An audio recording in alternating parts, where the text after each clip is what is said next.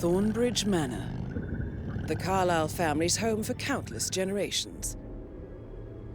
The Revenant Alexa Carlyle and her 3 adult children, younger brother Zachary, grandson and daughter-in-law, are all gathered to conduct Carlyle's sham funeral.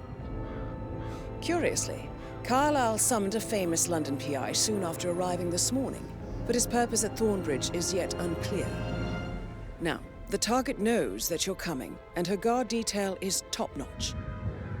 So Mr. Gray will secure their nearby field HQ and intercept all calls going in and out of the estate. Any appeal for backup is going to fall on very deaf ears. Good luck, gentlemen.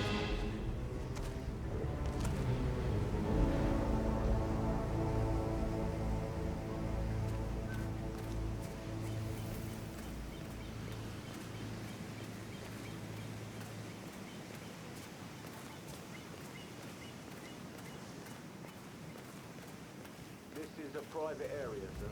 Phineas Whitmer, private investigator. I have an appointment with Madame Carlyle. Please wait. Mr. Whitmer is here to see Madame Carlyle. You can go right in. That is Phineas Whitmer, the famous private investigator hired by Madame Carlyle this morning. I'm curious why he's here. Maybe you should do some detecting yourself, 47.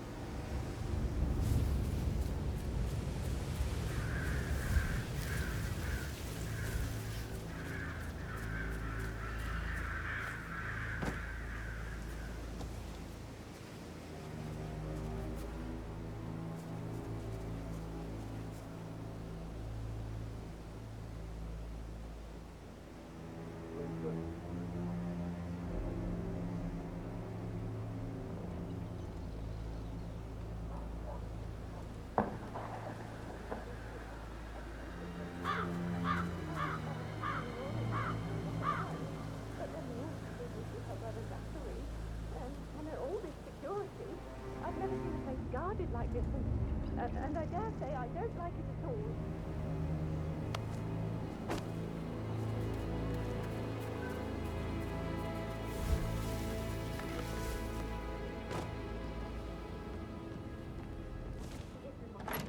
You have to be patted down before you see Madame Carlyle inside. Right.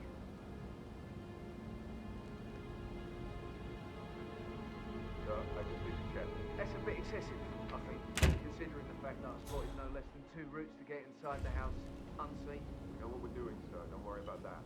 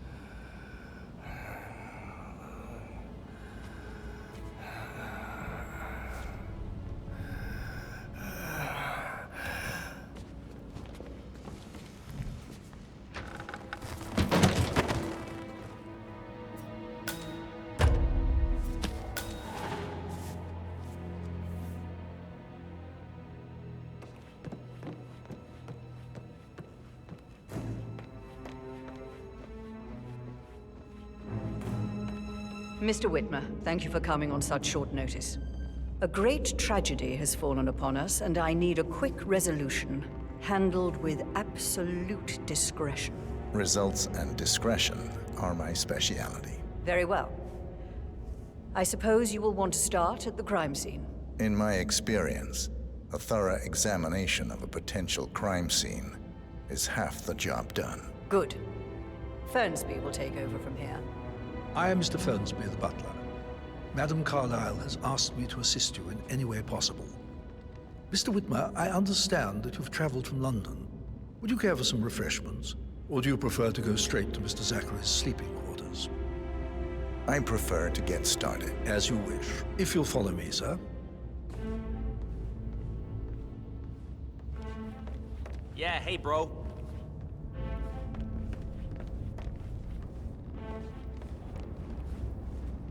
I feel obliged to point out that current affairs surrounding Madame Carlyle are of a delicate nature.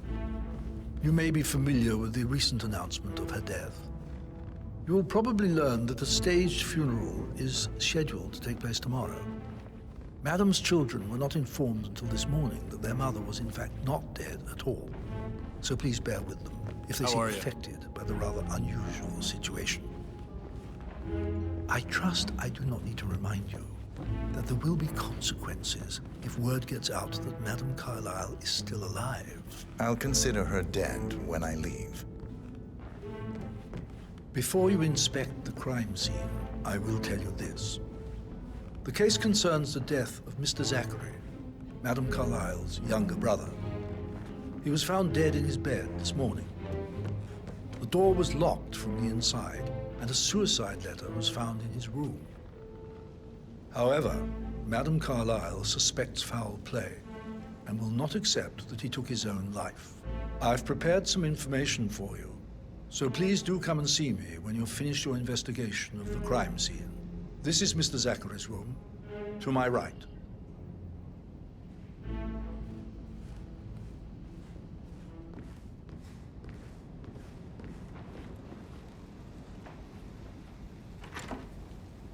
A locked room murder mystery, 47. I trust you'll get to the bottom of this. Why don't you use your camera to scan the dead body, 47?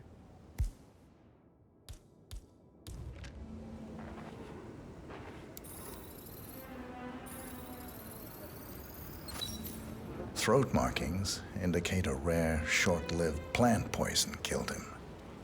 Spread shows time of death at around 10 o'clock last night. You do know your poisons, 47.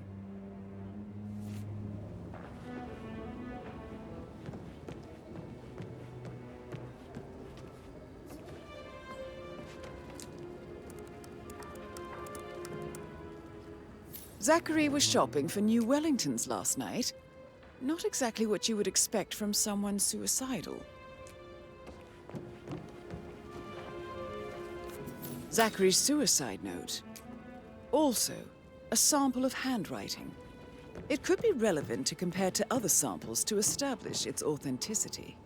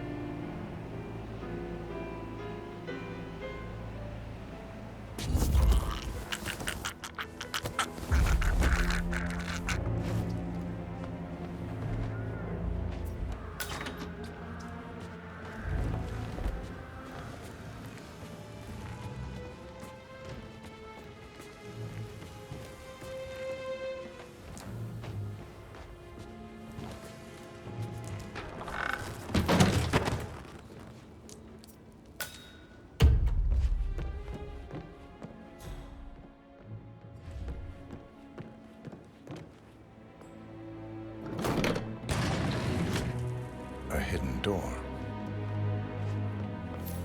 It's a secret passage. This could explain how the door was locked from the inside.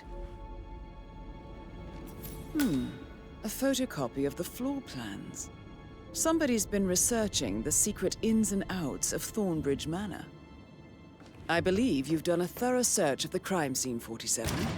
Maybe it's time to see the butler. I'm curious about the information he's prepared for you.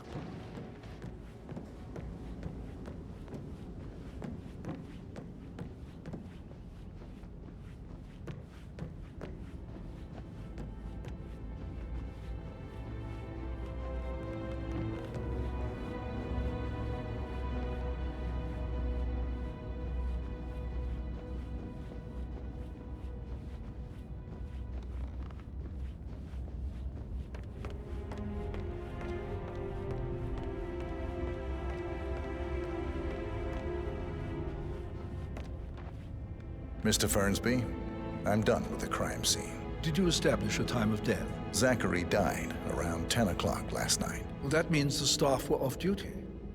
And Madame Carlyle and her security didn't arrive until this morning. That leaves Madame's family and myself as the only persons here when he died. And before you ask, no, I do not have an alibi. I was alone in my office at the time of death.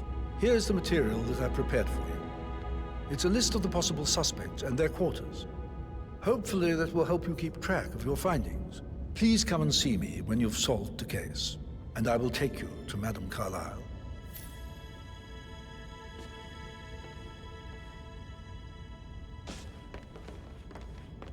Greetings, sir.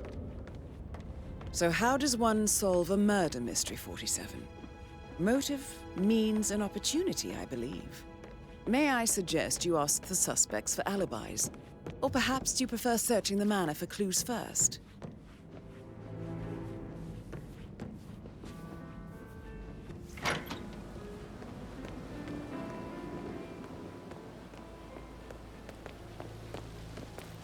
Bad news, I'm afraid. We don't have any extra fuses. Ethel looked everywhere. Got no power. It feels like I can't breathe in here. Half the time. Yeah, Frank is busting our balls down here too. I don't believe for a second Zachary committed suicide. We'd only just run through his plan for the spring seedlings yesterday. Yes, sure. But he was upset believing his sister was dead. I'd say worried about how things will be handled with Reggie and everything. That's a good plan.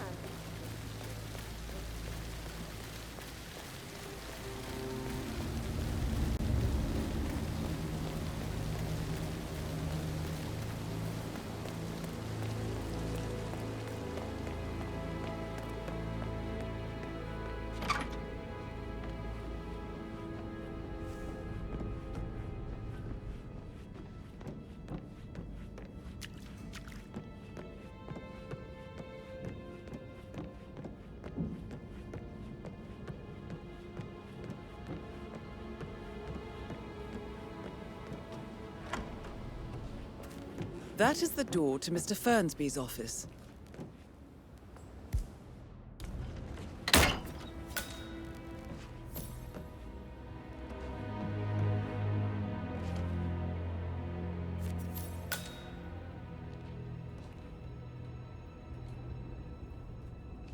Zachary's diary.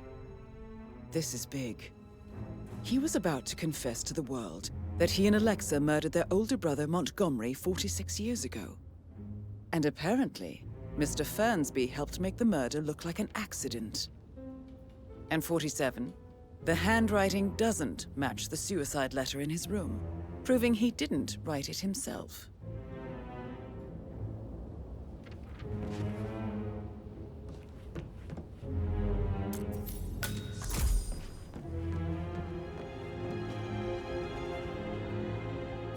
Painkiller. Lethal if you use enough of them. But not the poison used to kill Zachary. Of course, Madame Carlyle doesn't know that. Are you considering to frame the butler, 47? Mr. Fernsby clearly didn't commit the murder, but I think you have enough evidence to convince Madame Carlyle he did. Maybe you should tell him you are ready to present your findings. Unless, of course, you want to do some more detecting, 47?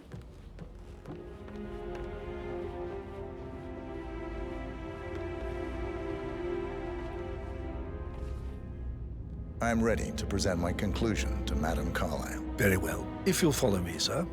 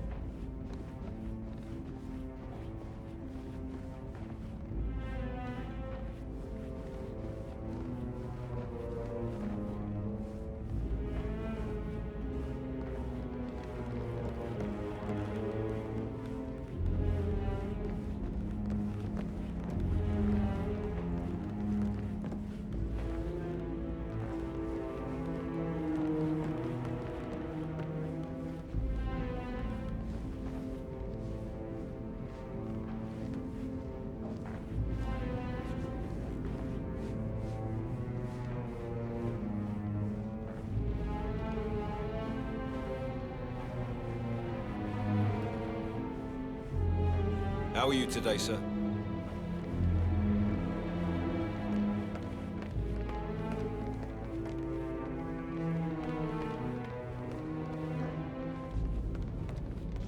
This is Madame Carlyle's office. Please step inside. Any temps on today? Talk to Mr. Fernsby. He's in charge of the staff. Can't be too careful. Part of the job.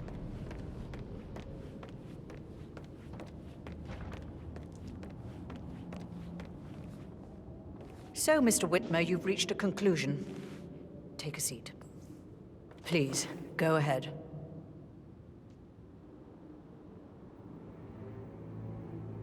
The butler, Mr. Fernsby, killed Zachary. Fernsby? Oh, you've got that wrong. He would never do such a thing. He is the most loyal man I have ever met. I found pills in his office that matches the poison that killed your brother. Furthermore, I found Zachary's notebook, half burned, in Mr. Fernsby's fireplace. It showed that Zachary intended to publish a written confession to a murder the two of you committed nearly 50 years ago. The murder of your older brother, Montgomery. That's outrageous. We did no such thing. No need to feign innocence. I know a killer when I see one, and my discretion is assured. The papers also described how Mr. Fernsby helped you stage the murder of Montgomery as an accident. I believe he killed Zachary not to be exposed as an accomplice to murder. Sweet Fernsby. You are wrong, Mr. Whitmer. He did not do it to protect himself. He did it to protect the Carlyle legacy. Mr. Fernsby, like myself, understands that sacrifices must be made to secure stability and prosperity. Mr. Whitmer, I'd appreciate it if your findings never leave this room. I understand Fernsby's actions, and there is no need for them to have more consequences than they already have. Fernsby was very fond of Zachary, and I'm sure his decision will haunt him to the day he dies. About your reward, have you considered an amount? I want the file you have on Arthur Edwards. Arthur Edwards, the Constant. That must mean you're... I expected you'd show up. But you're not here to kill me. If you were, you would have already. The enemy of my enemy, I suppose. You can have it. You earned it.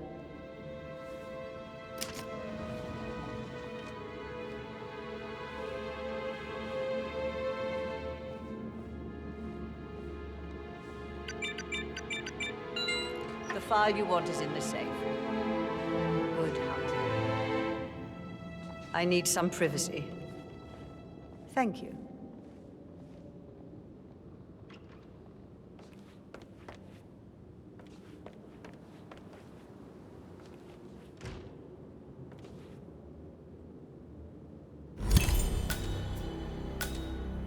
Good work, 47. That's the file on Arthur Edwards secured. Time to take care of Madame Carlyle. Do you know if any new staff has started within the last week? Not that I know of, no. Want to keep Madame Carlyle safe?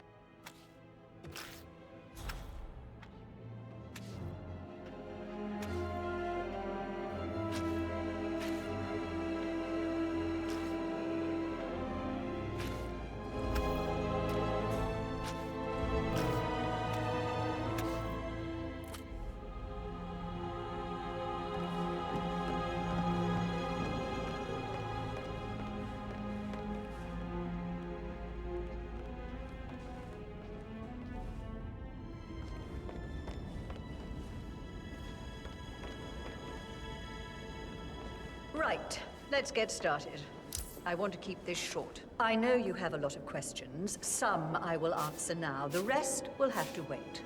First, Zachary's sudden death is a great tragedy, but also a great inconvenience, as it happened just now. I'm dealing with the situation in a discreet and efficient way, and I expect your cooperation in all related matters. Secondly, the arranged funeral event tomorrow will take place as planned. No one can know that I am still alive. I expect you all to act your part. Last, as you all know, I have a lot on my plate and need to focus on sorting everything out, so please do not disturb me with your petty concerns. You are all adults, and as part of the elite, you will eventually have to deal with difficult situations like this. It comes late for most of you, but this is a chance for you to show what you are made of. That will be all.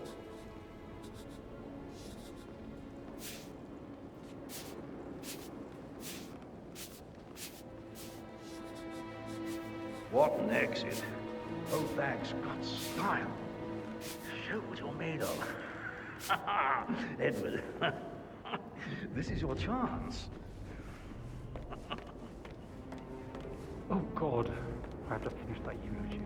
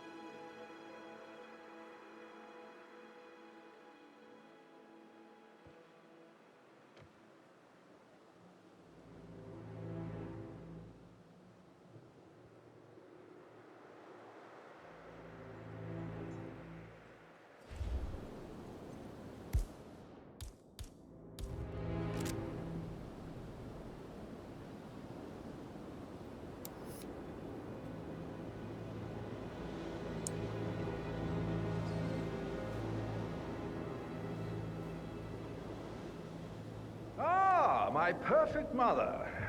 Ha. Who would have thought? You fucked up, didn't you? Staging your own death. A major, grandiose cock-up, I'd say. Be quiet, Gregory. It shows you're only human, after all. I never would have guessed.